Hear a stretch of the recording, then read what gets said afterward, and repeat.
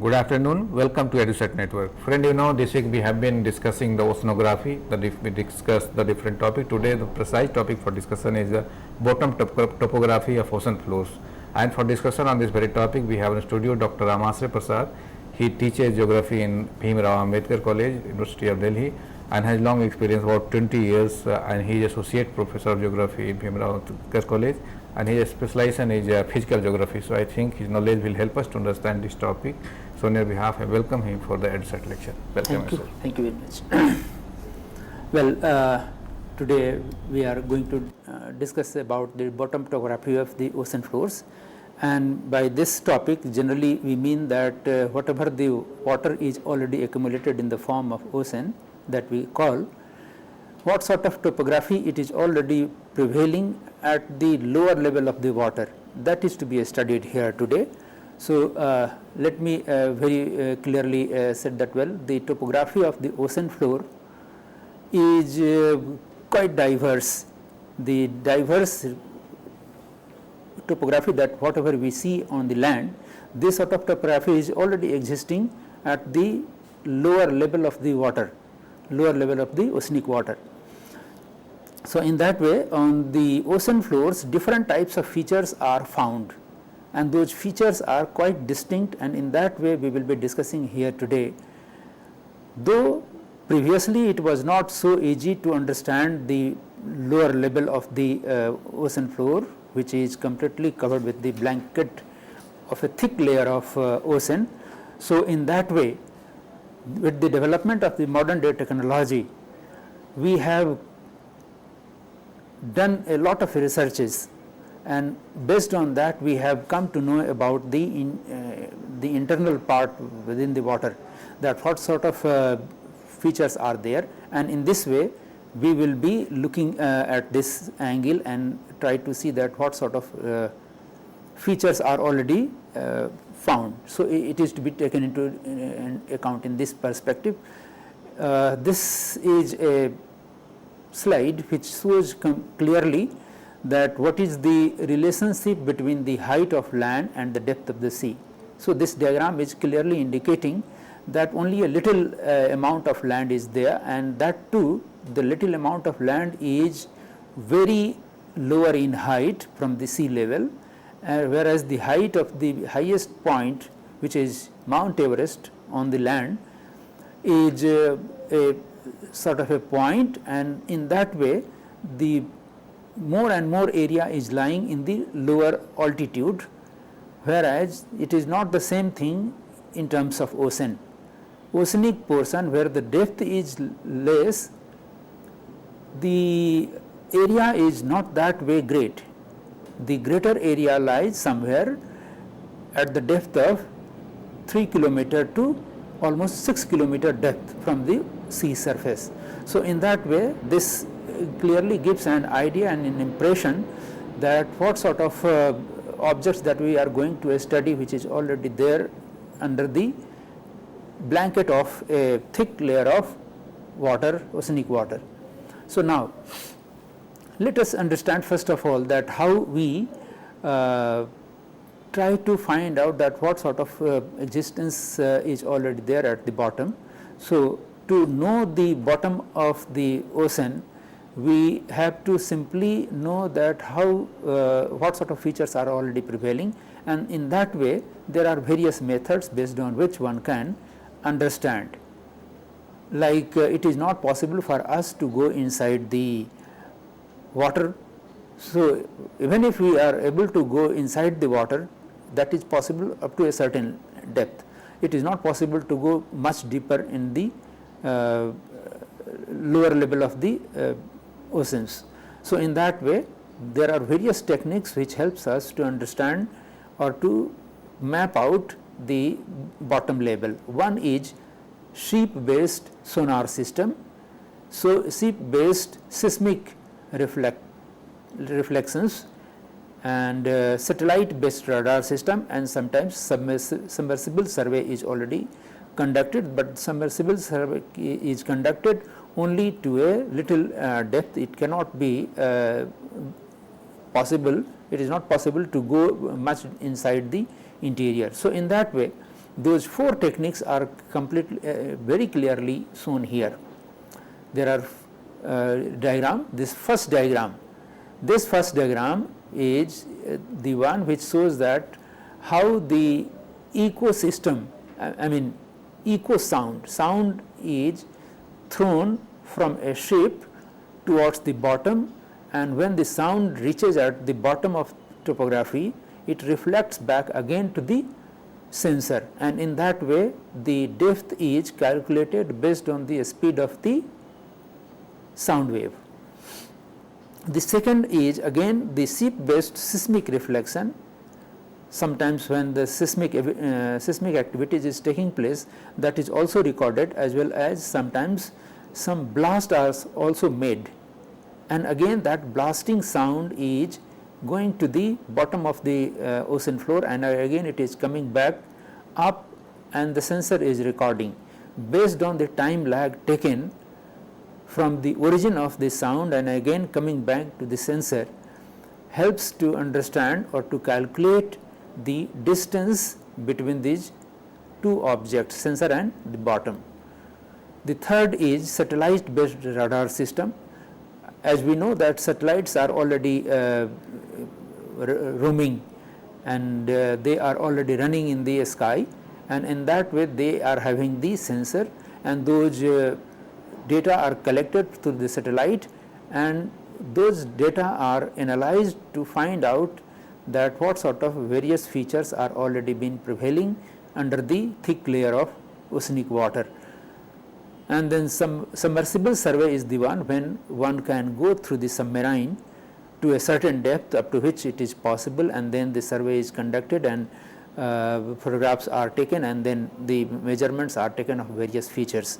So in that way these are the methods through which we can understand the lower level of the water. Now let me first of all very clearly tell that how the mapping is done of the ocean floor.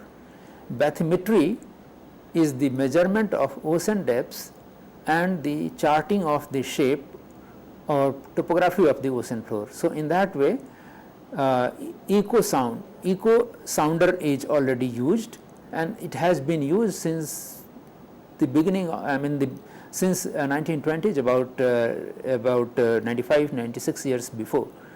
So since then the eco sound method are being used. In that way the sound signals are sent, and again it comes back after the reflectance, and then it is recorded, and the time lag helps to understand the distance. So in that way this helps to understand the farness of the object from where the sound is coming back to the sensor. So sonar is basically sound navigation and ranging technique. It is very clearly given here in the different color. SO is a red, again NA is navigation, and R is the ranging, which clearly indicates that sound is navigated from the board, from a platform, and it goes back to the bottom, and again it comes back. Whatever the range is there, whatever the range is recorded in the sound travel time, so in that way it is calculated. So this technology is very helpful in understanding the ocean floor. It is also referred as to eco sounding method as well. It is a system that uses sound waves to calculate the distance between the ocean floor and the recording object that I have already mentioned. It works by transmitting sound waves towards the ocean bottom and re-recorded again when it travel back to the sensor lying at the platform. This is again eco sounder. So this clearly indicates that the ship is already there on the top of the ocean surface. That ship sends the sound signal. That sound signal goes back to the ocean floor. After hitting the ocean floor, the sound wave is again coming back and again getting recorded at the ship where the sensor is already fixed. So in that way this helps in understanding the distance between the ship and the bottom of the ocean. So, mapping the ocean floor can be done in various ways. One is the multi-beam method. The previously I spoke was something related to the single sound beam was sent, but multi-beam sonar system is more effective, and in that way it employs an array of sound sources and listening devices. So, in that way obtains a profile of a narrow strip of sea floor, like when the multi sound waves are thrown from the ship and it goes back and again comes back from the various angle and recorded, the differences in the ocean floor are again mapped, and in that way it helps in understanding the ocean floor. Measuring the shape of the ocean surface from the space is also possible. So, in that way satellite are equipped with various instruments and system which gives the electromagnetic radiation, which is having the radar, and in that way combination of all these things helps in finding out the mapping of the ocean floor. This is a multi-beam echo sounder. So, this multi-beam echo sounder is the one which gives the information, and the sound waves goes back to the ocean, and again it is coming back in that way, helping in understanding the ocean floor.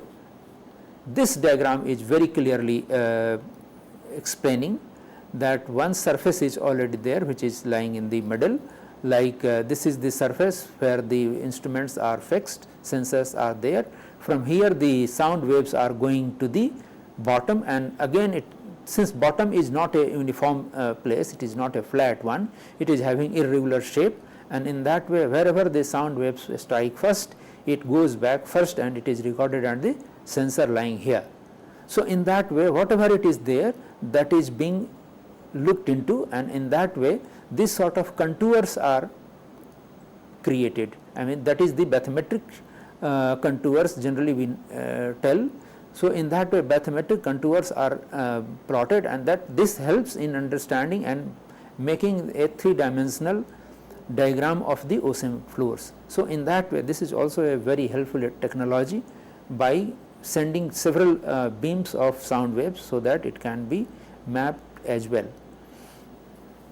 This is the mapping of the bottom of the ocean with the help of satellite.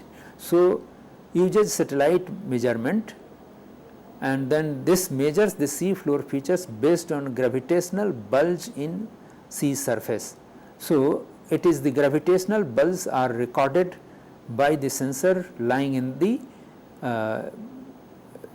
satellite, and in that way it is analyzed and a map is already prepared, so that it gives the clear impression about the bottom topography.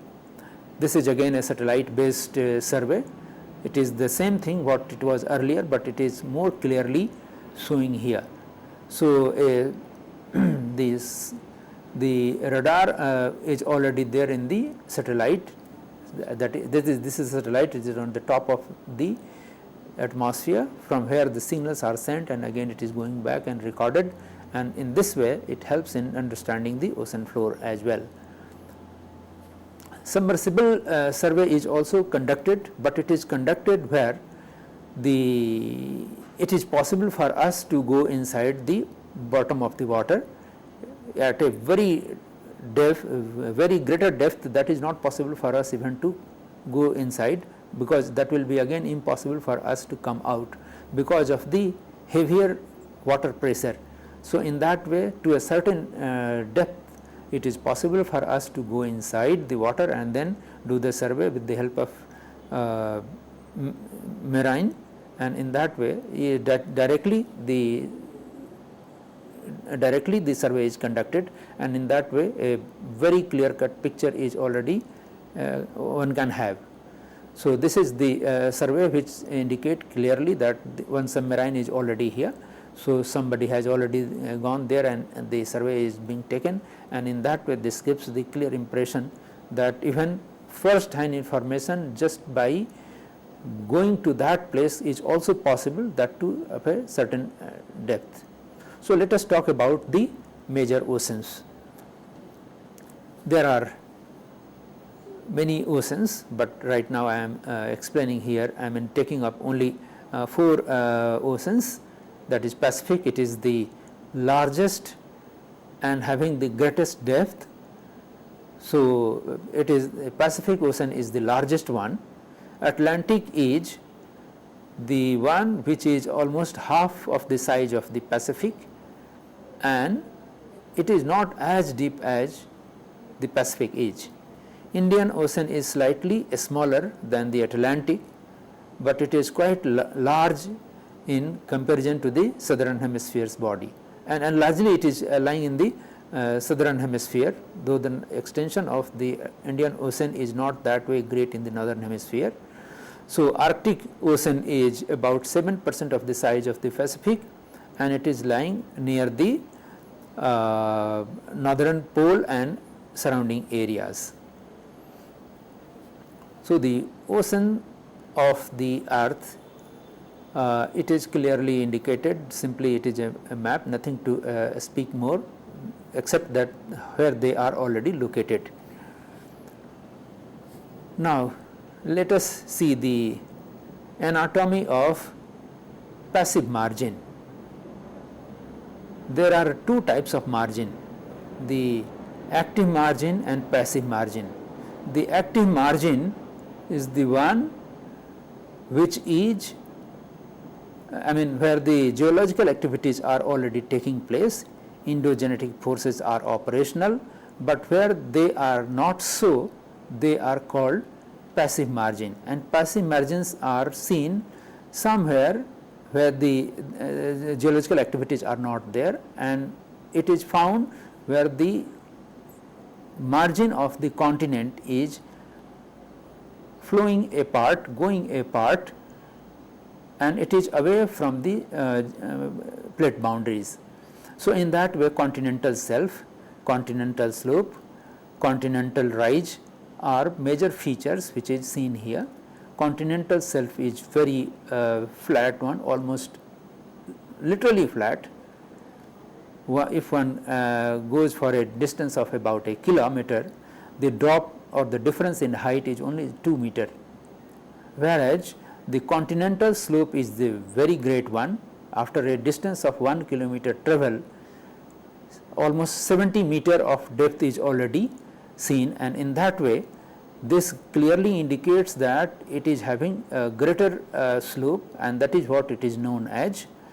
The continental rise is again further downward from the continental slope, where on an average the drop in height is about 9 meter or 10 meter at a distance of about 1 kilometer. So, in that way it is the region, passive region, where the sediments are getting accumulated, and those sediments are coming directly from the land portion, that is known as terrestrial deposits, that is coming here. So, now let us see the ocean floor can be classified in 2 ways. One is the continental margin, which is near the coast of the ocean, and the other one is ocean basin. Ocean basin is a thicker body where the thickness of water is great, and continental margin is having where the thickness is relatively lower, the margins, continental margin is flatter. So, in that way this 2 types of continental margin could be identified, that is what I was referring to earlier. So, passive margin and active margin. Passive margin is the one which is the margin of continent that moves away from the spreading center. So, a spreading center may be there somewhere, it is the mid-oceanic ridges that we generally call. So, it is far away from the mid-oceanic ridge, and it is having very little volcanic and earthquake activities. So, in that way geologically it is not a very active zone, So, whatever it is there, it is already lying passively and there is no geological activities as such. Whereas active continental margin is different, where the plate boundaries are located near the coast, near the margin of the ocean and continent, and this at this margin the oceanic trenches are also found, and because of that the subduction is also taking place, and in that way that area is very active in terms of geological activities. So, in that way that is having a narrow and steep volcanic mountains are seen. That is the example of the western coast of Americas, where the Rockies and Andes mountains are there. So, at the end western part of Rockies and Andes, the continental and oceanic plates are colliding, and in that way this sort of activities are taking place, and in that way this is known as active continental margin. So, now I am taking just one example. It is from South America. It is the top side of the Chile, and this diagram clearly indicates that it is a active continental margin, and at this continental margin, this is the portion, this is the smaller portion, it is being taken here and it has been blown to show it clearly, and it has blown to a bigger one. So, the two plates are meeting here. This is the plate boundary, and at this plate boundary this is oceanic plate, this is continental plate, this is South American plate, this is Pacific plates. So, in that way, because of the collision along this line, the Pacific plate is subducting downward and it is going inside, and in that way geological activities are very sharp here. One can see here that the rocks are getting melted because of the heavy pressure and temperature inside the interior, and in that way once the rock is getting melted, its volume is increasing, and because of the increase in volume there is no vacuum space, so that it can be accommodated somewhere inside the interior.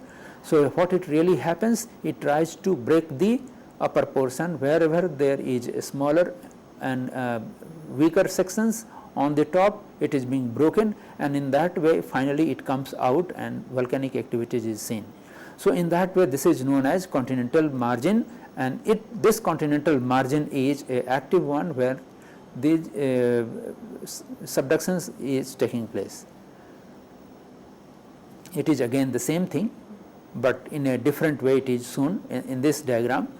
So, like this is again a southern American plate, which I have already just now spoke earlier. This is the Pacific Ocean, and this is Nazca plate, and it is subducting here, and this is known as your active margin. Whereas, if we see the eastern part of the South America, it is a passive margin, because there is no geological activities, there is no activities which is going on recently and currently along the boundary of the eastern South American side. The plate boundary is already lying somewhere in the mid of the Atlantic Ocean, and in that way it is far away, and in that way from this point the plates are getting departed towards the west. So, in that way this is a passive margin where the activities are not going on. So, now I will discuss about the major ocean floor bottom features. There are various features. Now, let me come again here. So, that is what in the beginning I said that continental the oceanic part can be divided into two broader group, that is the continental margin and deep ocean basin. So, it is the portion which is continental, which is near the continent and away from the continent, that becomes your deep ocean basin. So, in that way we are going to discuss here about the continental shelf, continental break, continental slope and continental rise. This is a general feature, which is it is the same thing what it was already there in the previous slide, but in a different fashion. Now, let us come to the continental shelf. Continental shelf is the one which is directly connected to the continent, though water is, this area is covered with water. So, it is a flat part of a continental margin that is covered by shallow ocean water, is called a continental shelf. Continental shelf is basically extending up to a depth of say roughly 100 fathom. So, it is about 600 feet of the depth of water. It is generally known as continental shelf, but sometimes somewhere the depth may even be greater or even smaller as well. So, the continental shelf slopes gently from the continental part towards the oceanic area. So, in that way the slope is not that great. That is what earlier I mentioned, that the slope is almost 2 meter for every 1 kilometer of distance travelled.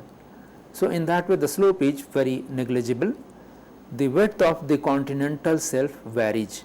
It may somewhere maybe even hardly 10 kilometer, or somewhere it may immediately start at the beginning of the continent itself, and sometimes it may even extend for hundreds of kilometers far away inside the ocean. So, in that way width of the continental shelf is not a static one that cannot be defined on the basis of the width of the continental shelf, though it depends on the position and location.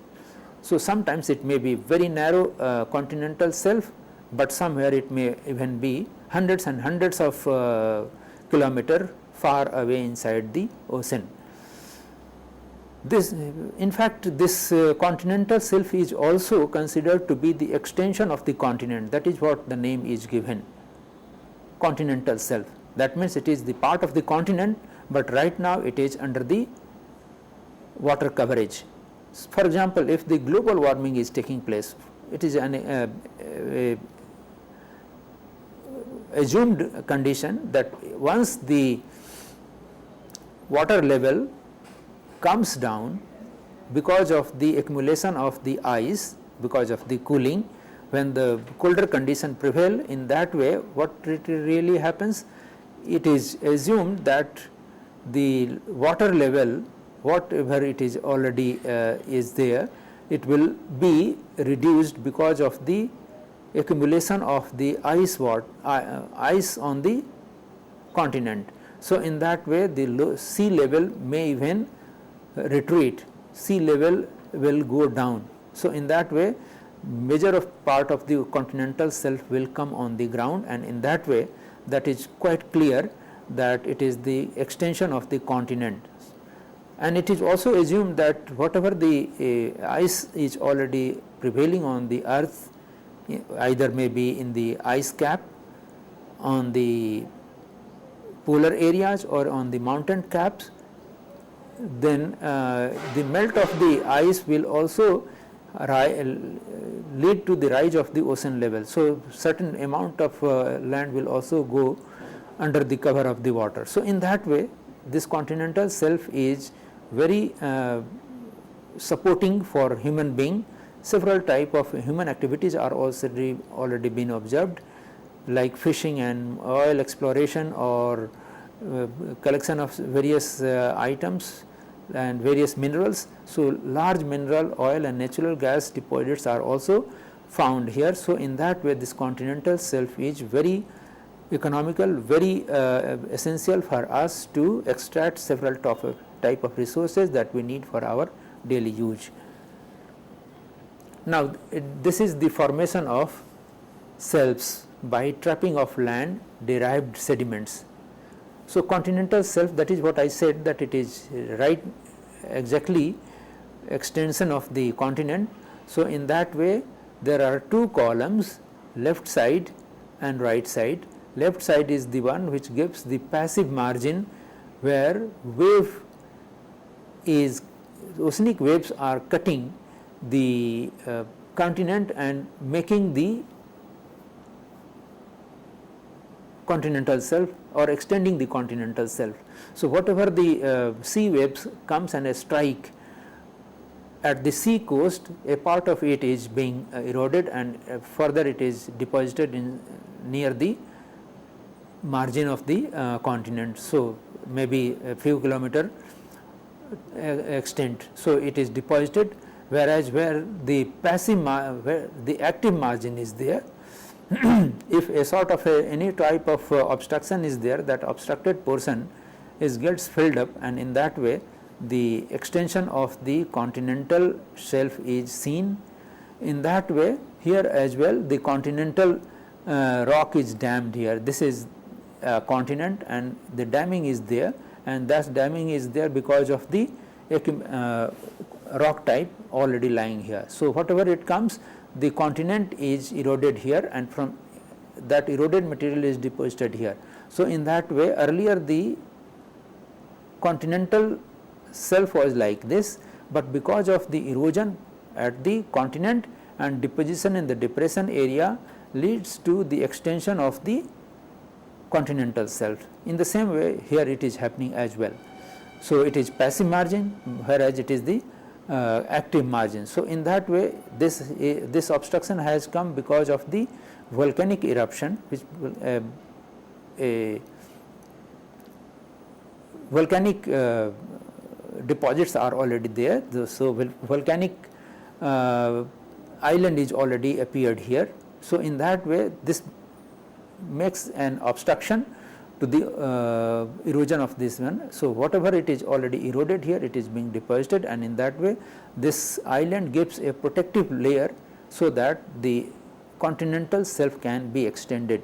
In the same way salt domes are also eroded easily, and in that way the flat continental shelves are created and extended. In the western part of not western, it is eastern part of Australia, the coral reefs are found, that is known as barrier reef, and in that way barrier reef gives a protection to the coast of the area, and in that way this barrier reef gives the protection from the oceanic waves, and in that way the extension of the continental shelves are increasing, and it has increased a lot.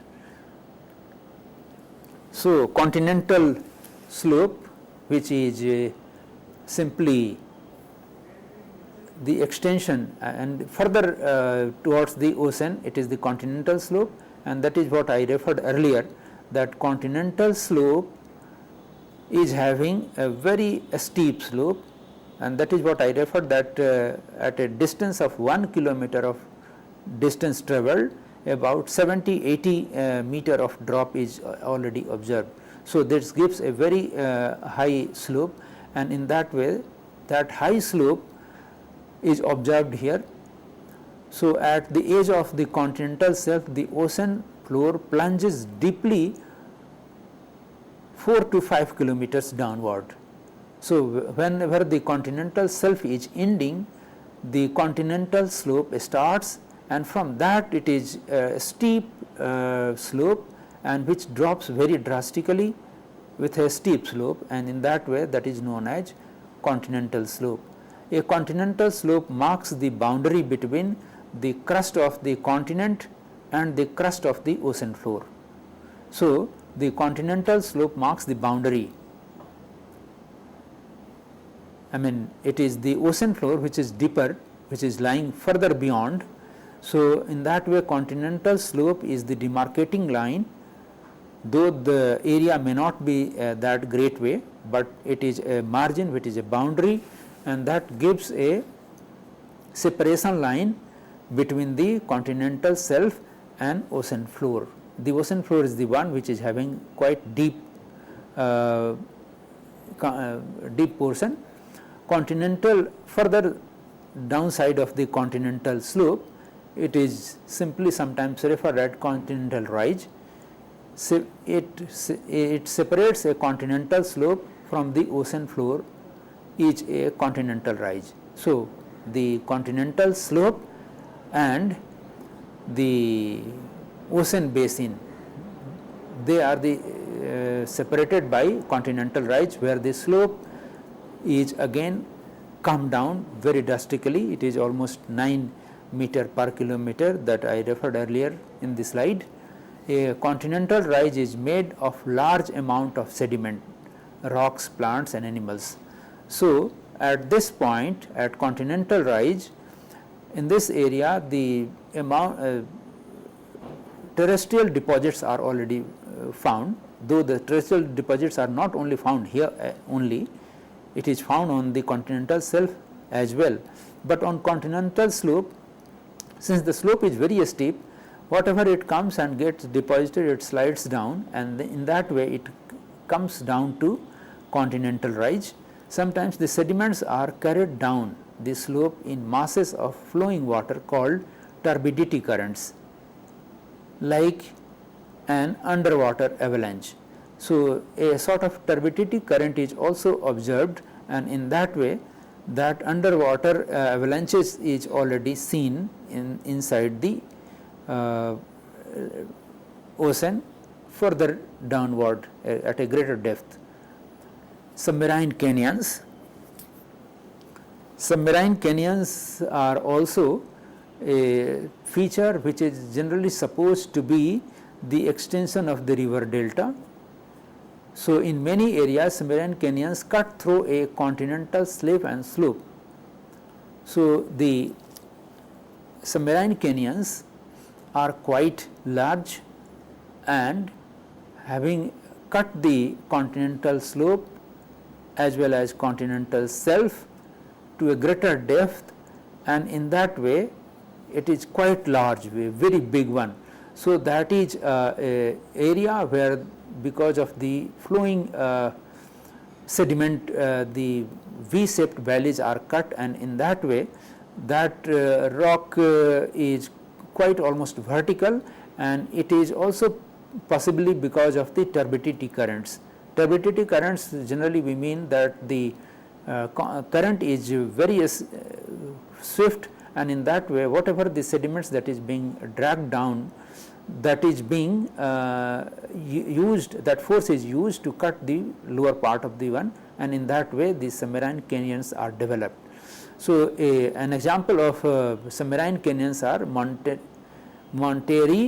Submarine Canyon, which is about 2000 meter deep, and that depth is even greater than the Grand Canyon. The Grand Canyon that we see on the surface of the earth in Canada, it is much bigger than the Grand Canyon. So, in that way Monterey submarine canyons are quite large, and in that way it is also sometimes believed not to be formed only because of the turbidity currents, but also because of the geological events which has probably led to form the submarine canyons.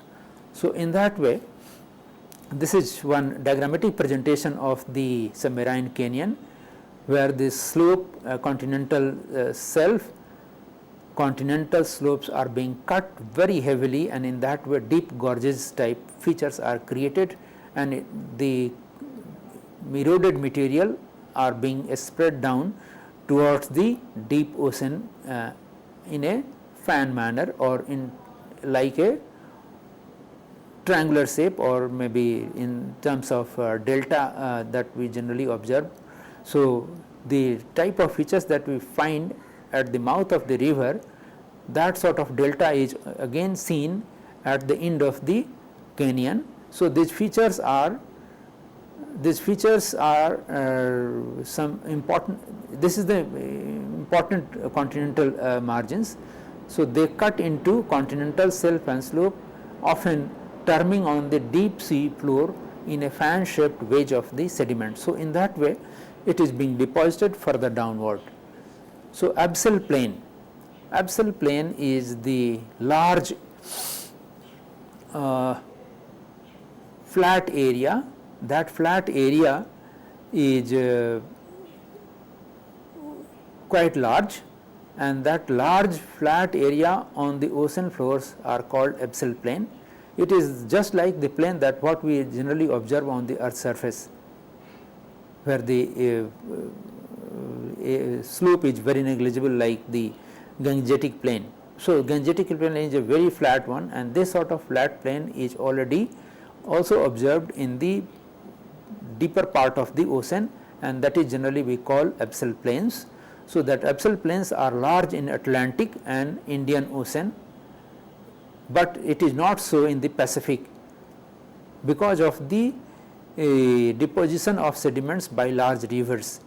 So, in that way this is formed, and in that way abyssal plain are much wider and bigger in Atlantic Ocean and Indian Ocean, but not so in the Pacific Ocean, though the extension of this is also there in the Pacific, but it is not that in a great percentage. So, Pacific Ocean has large cracks that trap sediments and results in a smaller abyssal plain. So, a variety of rock cracks are already developed, the features are already there in the Pacific Ocean, and in that way that is getting interrupted, and in that way the extension of the abyssal plain in the Pacific Ocean is not that way greater one, it is being abrupted and it is being broken. So, in that way extensive abyssal plains are found in the Atlantic Ocean. Abyssal plains close to the continent are made of mud, sand and silt. So, the area which is near the coast where the continental slope and shelf is smaller, at that point where the abyssal plain is found in the deeper water body of the ocean, on that portion the mud and sand and clay and silt is already observed. Further out of the abyssal plain, some of them contain the remains of the tiny organisms that form ooze. So, there are varieties of tiny animals and organisms like polyp and many others, which forms the deposits at the abyssal plain, and that is far further away from the oceanic margin. So, in that way those tiny particles of the organisms form the ooze, and that ooze is very soft and fragile one. So, in that way that is also found where ocean life is not abundant. The floor of the ocean is covered with red clay. So, in that way further away if we go, that area is not very much covered with the ooze and then other terrestrial material, but it is hard lying rock is already found in the much deeper and further away from the continents. Sometimes it is not only the ocean on the abyssal plain, but apart from that sea mounts are also observed. So, sea mounts are underwater volcanic mountains that rise more than 100 meters above the sea floor. So, as we know that the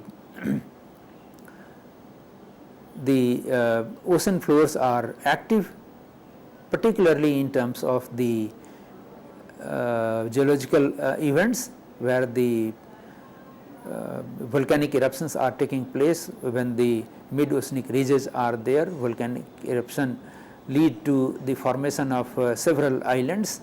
So, in that way sea mounts are those which are roughly 100 or 150 meter above the ocean floor.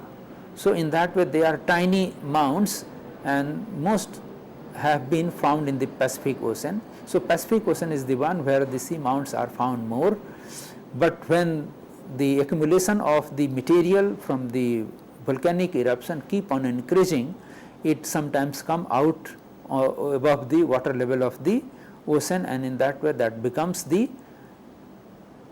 island.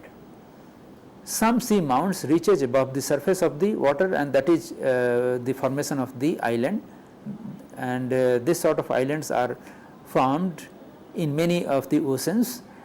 like Azores in Atlantic and Hawaiian Islands in the Pacific. They are some of the examples. Guyots are flat topped seamounts. Guyots are much bigger in size. They are flat on the top, but they are also formed in the same fashion the way the seamounts are formed. So, in that way guyots are larger in size in comparison to the seamounts. Trenches are also there. Those trenches are found at the convergence boundary of the plates. So, trenches are deepest part of the ocean found along the edge of the ocean floor. So, they are found wherever there are two plates colliding, where the two plates are coming together or coming closer, and they are dashing against each other, and in that way the trenches are formed. So, one plate either subducts or both of the plates are getting subducted, like the example that what we took earlier, that the western part of the South America, where the Pacific plates are getting subducted inside the American plates, South American plates. So, in that way the trenches are formed there, but when both of the plates, both side plates are of oceanic in origin, then both of them generally breaks and both of them gets subducted, and subduction of the plates lead to the formation of the trenches, which gives a greater depth, and in that way Mariana Trench in the Pacific Ocean is the deepest one, which is having 11 kilometer. It is wrongly written, it is not 1100, it is 11,000 meter, though on this slide it is 1100, but let me repeat it once again. The deepest part is 11,000 meter deep, though it is 1100 already seen on the slide. So, it is the Challenger deep. So, in this way the trenches are formed where the two plates are colliding. These are the major trenches found here on the earth, and most of the trenches are seen in the Pacific Ocean. So, these are mostly the Peruvian Chile trench. This is the Mid American trench, which is already written here. This is Aleutian trench, Japan Kurile trench. So, various trenches are already seen here.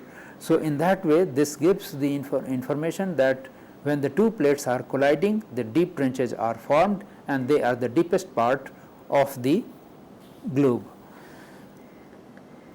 The formation of mid-oceanic ridges, as we know that two plates are getting separated from the mid-oceanic ridges.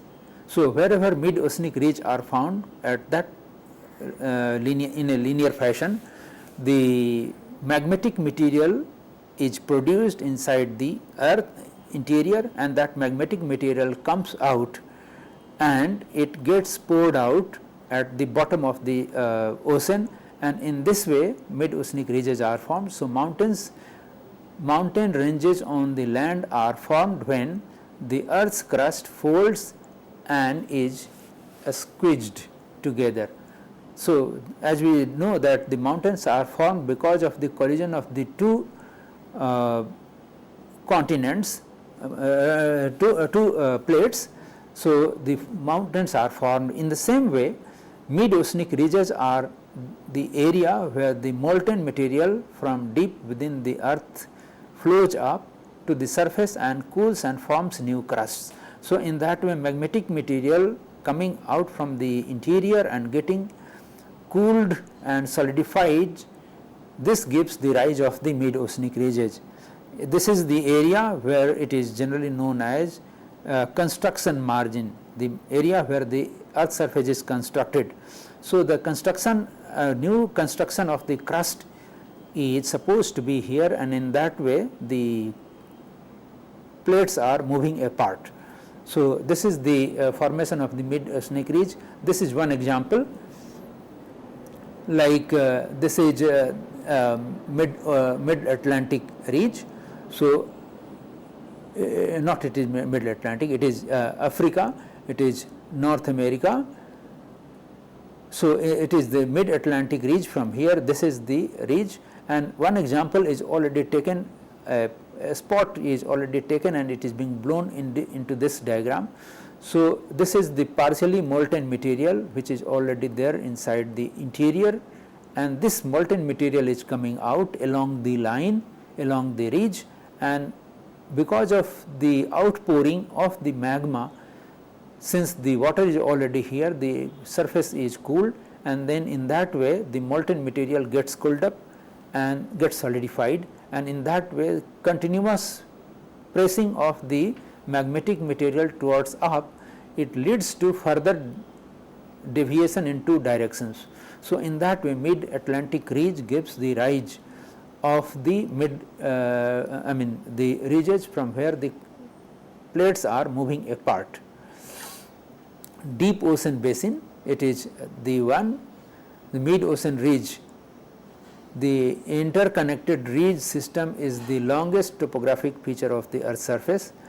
So, about 70,000 kilometer in length, mid-oceanic ridge is about 70,000 kilometer in length if we take entire globe into account.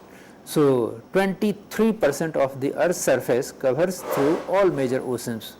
So, in that way if we take the total area of the mid-oceanic ridge, it accounts for about 23%, and that is a big chunk. So, along the axis of some segments are deep down faulted structures called rift valleys. So, rift valleys are already seen along the mid-oceanic ridges.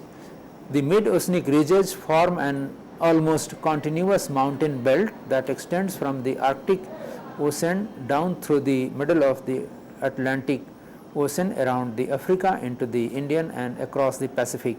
So, in that way it is the mid-oceanic ridge from where the material is coming out from the interior and it is getting deposited, and in that way a mountain system is already developed inside the deep layer of the ocean. So, in Atlantic ridge it is generally known as mid-Atlantic ridge, and this is very distinct and clear.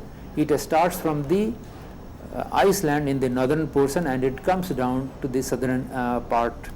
So, in that way this is a very clear cut belt from where the continents are drifting apart. So, like this is what I was referring to, this is the mid-Atlantic ridge.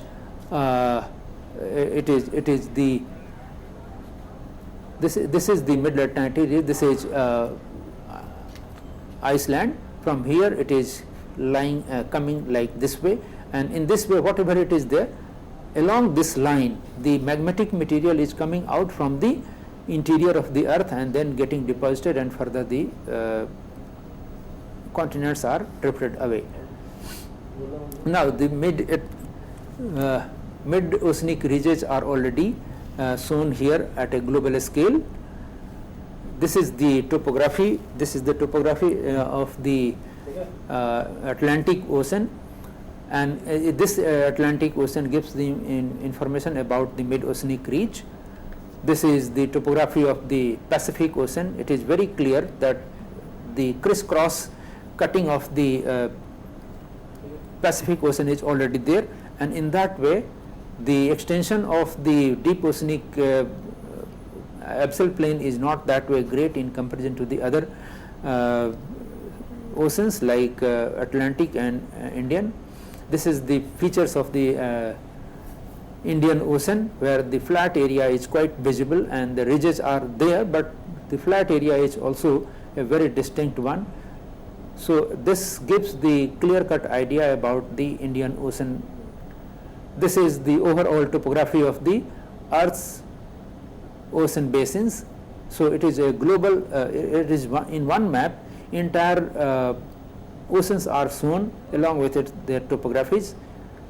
And now, with the concluding part, I will say once again that the area here, it is the land portion which is given in 100%. This is the ocean portion, and it is again presented in 100 parts. So, in that way various land features are seen. Mountains are already very small one, that accounts very little area, whereas the larger area is already there for the plain, and which is having the lesser height. This diagram I have already explained earlier, but at this point the impression of giving this diagram is to clearly tell that how the depth of, like see, it is the depth, maximum depth of the ocean, and which accounts a greater area lies somewhere 6 kilometer, 3 kilometer to 6 kilometer of depth, whereas the larger area of the continents is lying less than 1 kilometer of the height. So, this is again a remodification of the previous diagram. So, this is one comparative study.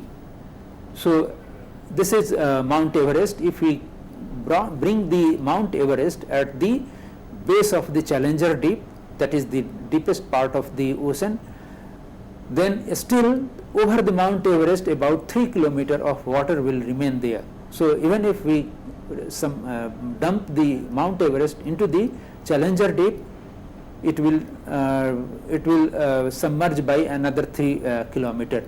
So, this is the age of the entire ocean basins, which is clearly given in the form of this color assignment, and this is the total distribution of the land and water body, and hope this is the last one.